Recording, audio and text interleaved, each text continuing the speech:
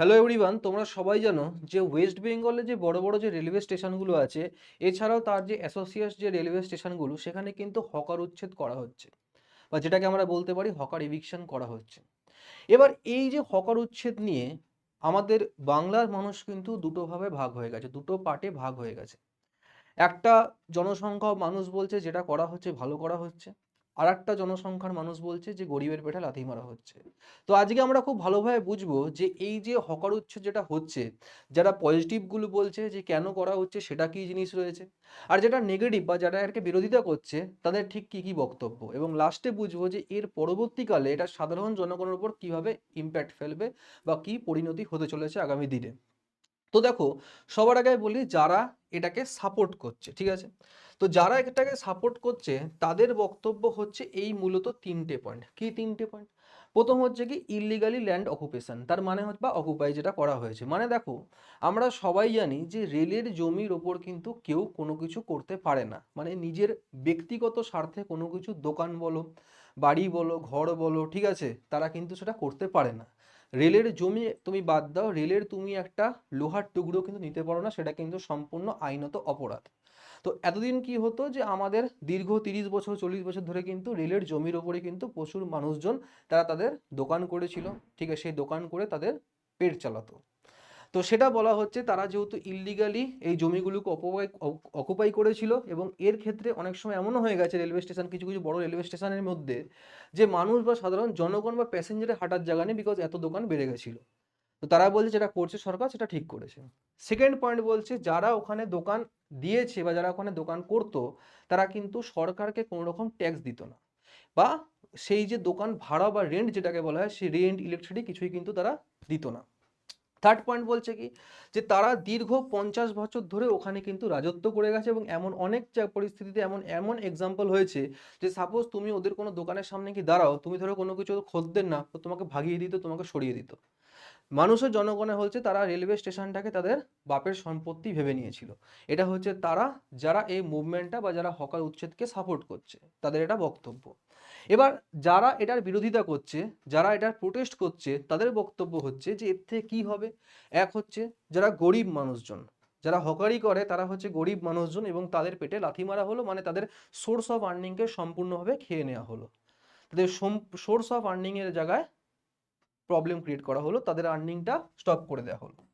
দ্বিতীয় পয়েন্ট তারা বলছে যে আনএমপ্লয়মেন্ট, তার মানে কি, তার মানে হচ্ছে সাপোজ তুমি জানো যে তুমি ডেলি ঘুম থেকে ওঠো, ঘুম থেকে ওঠার পর তুমি অফিস যাও বা কোনো কাজ করে তুমি যাও, তার মানে ইউ আর এমপ্লয়েড। বাট হট করে যদি তোমার অফিস থেকে বলে যায় কালকের থেকে তোমাকে আসতে হবে না, then you are considered as unemployed. তাহলে এখন কি যারা ওখানে এতদিন ধরে দোকান পাচার করতো বা ব্যবসা ট্যাবসা করতো, তারা এখন সম্পূর্ণভাবে তারা কিন্তু আর্থিক দিক দিয়ে দুর্বল হয়ে গেল, বা তাদের কোনো কাজ করার কিন্তু আর নেই, মানে দে আর কনসিডার্ড অ্যাজ আনএমপ্লয়েড, এবং তাদের আর্নিংটা কিন্তু স্টপ করে দেওয়া হলো। এবার আমরা ভালো করে যে জিনিসটা বুঝবো, যে এইটাও যে পয়েন্ট যেমন ঠিক, আবার এই পয়েন্টগুলো কিন্তু ঠিক আছে যদি ভালো করে তুমি দেখো। তো দেখো, যেটা আমাকে বুঝতে হবে খুব ভালোভাবে, যে যারা এই যে হকার, হকারের ডেফিনেশন কি হয়। তোমরা যদি হকারের ডেফিনেশন দেখো, হকার হচ্ছে একটা ব্যক্তি, যে ব্যক্তিটা এক জায়গা থেকে আরেক জায়গাতে ট্রাভেল করতে করতে নিজের জিনিসপত্র বিক্রি করে। এটা হচ্ছে ডেফিনেশন অফ হকার। বাট যারা এই রেলওয়ে স্টেশনের মধ্যে একদিন ধরে দোকান দিয়ে এসছে, বা সম্পূর্ণ দোকান অবধি তারা বানিয়ে দিয়েছে রেলের সম্পত্তিতে, তাদের কিন্তু আমরা হকার হিসাবে কনসিডার করতে পারি না।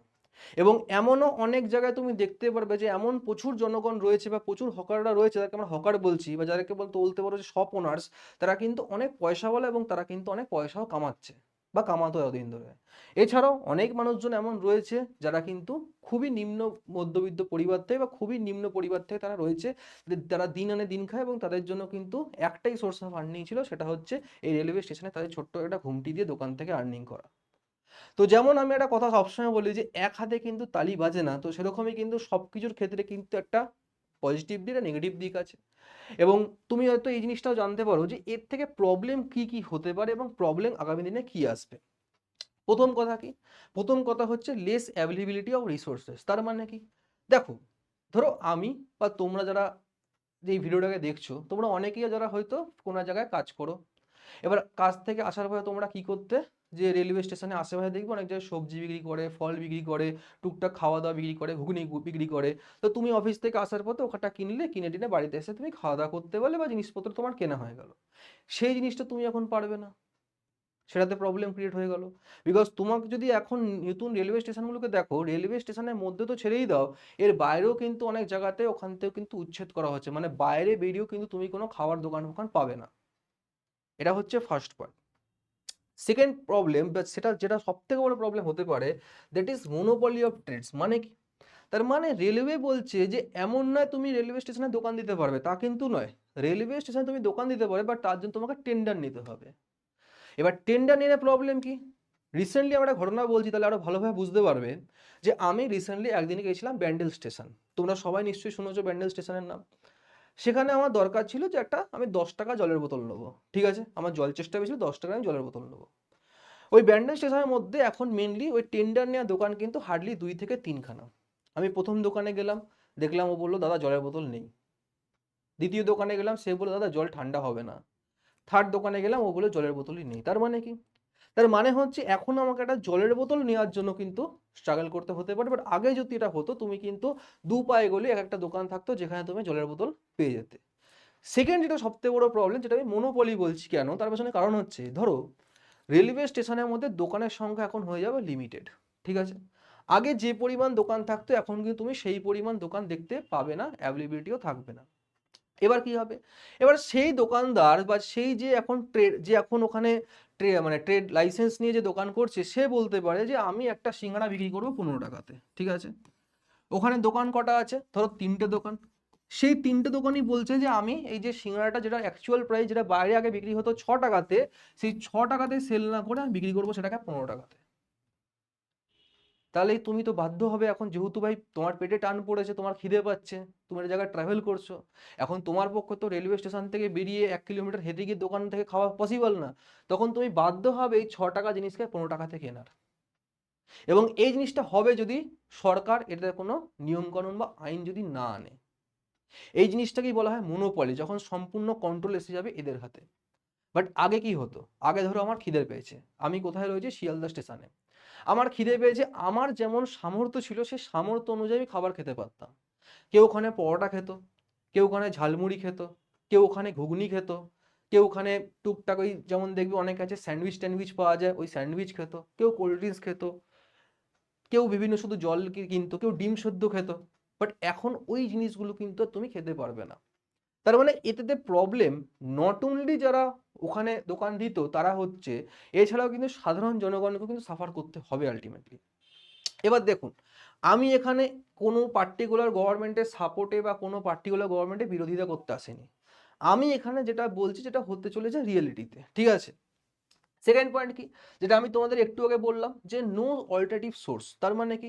তার মানে আমি যেটা তোমাকে বললাম যে আজ যদি ওই দোকানগুলো বলে যে আমি একটা 6 টাকার সিঙ্গাড়া 15 টাকায় বিক্রি করবো, তোমাকে কিনতে হবে, তোমায় খেতে হবে। তাছাড়া একটা অপশন হচ্ছে কি, তুমি ওয়েট করো কখন তুমি বাড়ি যাবে, বাড়ি যাওয়ার পর তুমি বাইরে থেকে এসে খেতে পারবে। তার মানে তোমার যে রিসোর্স যেগুলো আগে হাতের সামনে সব জিনিসগুলো পেতাম, সেই জিনিসগুলো কিন্তু তুমি আলটিমেটলি আর পাবে না।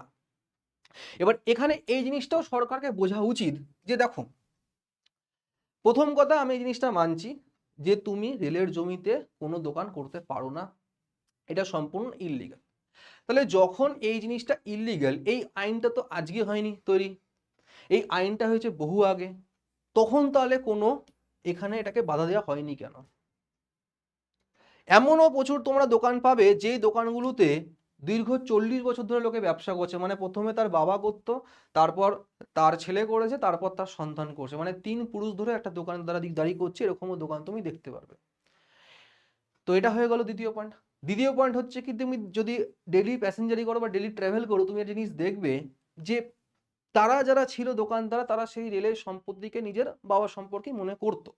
সবাই না করলে কিন্তু কিছু পার্টিকুলার ব্যক্তিরা রয়েছে, কিছু পার্টিকুলার দোকানদাররা ছিল যারা কিন্তু মনে করতো যে না, আমি এই জায়গায় বসেছি মানে এই জায়গাটা পার্টিকুলারলি হচ্ছে আমার, এটাতে সম্পূর্ণ অধিকার আমার রয়েছে। তো সেই জিনিসটাও কিন্তু ঠিক নয়। এবং আরেকটা সত্যি কথা বলতে গেলে দেখো, আমরা চাইছি যে আমাদের রেলওয়ে স্টেশনগুলো জাপানের মতন হবে, লন্ডনের মতন হবে, বা বিভিন্ন বিদেশের এলাকার মতন হবে। এবং সেই বিভিন্ন বিদেশি এলাকার করতে গেলে কিন্তু একটা জিনিস মাথায় রাখবে, তোমাকে এই জিনিসগুলো কিন্তু সরাতেও হবে, এটাও কিন্তু ঠিক কথা। এবং আরেকটা কথা সবসময় মাথায় রাখবে, যে যখনই কোনো প্রবলেম হবে না কেন, only one community of people has to suffer, that is the poor one and middle class. এটা কিন্তু দুনিয়ার নিয়ম। তুমি যদি হিস্ট্রিও পড়ে থাকার জিনিস তুমি ভালো করে বুঝবে, যে যখনই কোনো জায়গায় কোনো ডেভেলপমেন্ট হবে না কেন, only the poor and middle class has to suffer. গরিবকেই ভুগতে হবে, মধ্যবিত্তকেই ভুগতে হবে, বাকি যে আপার ক্লাস তার কিন্তু কোনো কিছু নেই। বিকজ এখন আমি তোমায় বলছি যে কি হবে, যে তুমি যদি শিয়ালদা স্টেশন যাও না, তুমি শিয়ালদা স্টেশনে এখন তুমি দেখতে পারবে, বা কিছু বছর আগেই হয়েছে, কেএফসির দোকান, বিভিন্ন শপিং কমপ্লেক্স হয়ে গেছে, ঠিক আছে, বিভিন্ন বড় বড় যে তুমি যদি এয়ারপোর্টে যাও সেখানে লাউঞ্জ থাকে, সেরকম লাউঞ্জ সিস্টেম হয়ে গেছে। এবার আমাকে একটা সত্যি অনেস্টলি কথা বলো, যে কটা ব্যক্তি আছে যারা ওই লাউঞ্জ অ্যাক্সেস করতে পারবে? কটা ব্যক্তি আছে যে কেএফসি খেতে পারবে? কটা ব্যক্তি আছে যে একটা পশ দোকানে গিয়ে খাবার দাবার খেতে পারবে? পারবে না। বিকজ প্রবলেমটা কোথায়? প্রবলেম হচ্ছে ইনফ্লেশন বাড়ছে, ইনফ্লেশন বাড়ছে, ঠিক আছে, হু করে জিনিসের দাম বাড়ছে, পেট্রোলের দাম বাড়ছে, ঠিক আছে, ডিজেলের দাম বাড়ছে, বাট মানুষের যে ইনকাম, এই ইনকামটা কি বাড়ছে? সত্যি করে বলো তো, ইনকাম কি বাড়ছে? ইনকাম তো কমছে।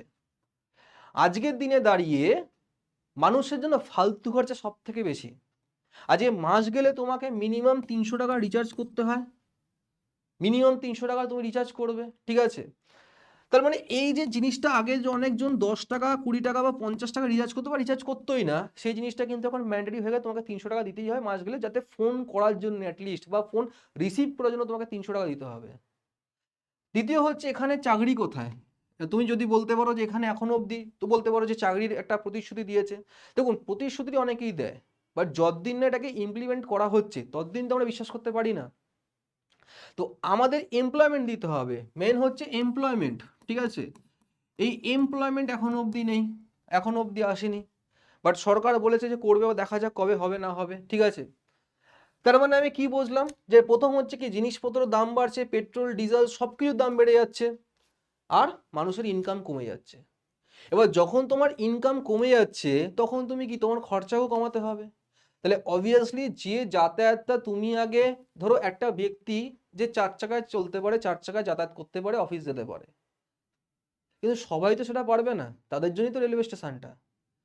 তো এই ক্ষেত্রে কি হবে, তাদেরকেও কিন্তু আজকে তারা সাপোর্ট করলেও কিন্তু পরবর্তী দিনে তাকে সাফার করতে হবে। তো এটার একটা, আমার যেটা মনে হয়, কোথাও গিয়ে গভর্নমেন্ট এবং যারা হকার্স যাচ্ছে, বা যারা এতদিন ধরে ওখানে তাদের রুজি রোজগার ছিল, তাদেরকে কোথাও একটা ডিসিশন ইকুয়ালি নেওয়া উচিত, তাদেরকে কোনো একটা অল্টারনেট জায়গা দেওয়া উচিত, এবং সেই জিনিসটার উপর কাজ করা উচিত। বিকজ একটা জিনিস মাথায় রাখবে, এর থেকে নট অনলি সাধারণ জনগণ এফেক্ট হবে, এর থেকে কিন্তু প্রচুর মানুষ আনএমপ্লয়েডও হবে, প্রচুর মানুষ কিন্তু তারা কর্মহীনতা হয়ে যাবে, তারা, তাদের কাজ করার কোনো থাকবে না কিছু।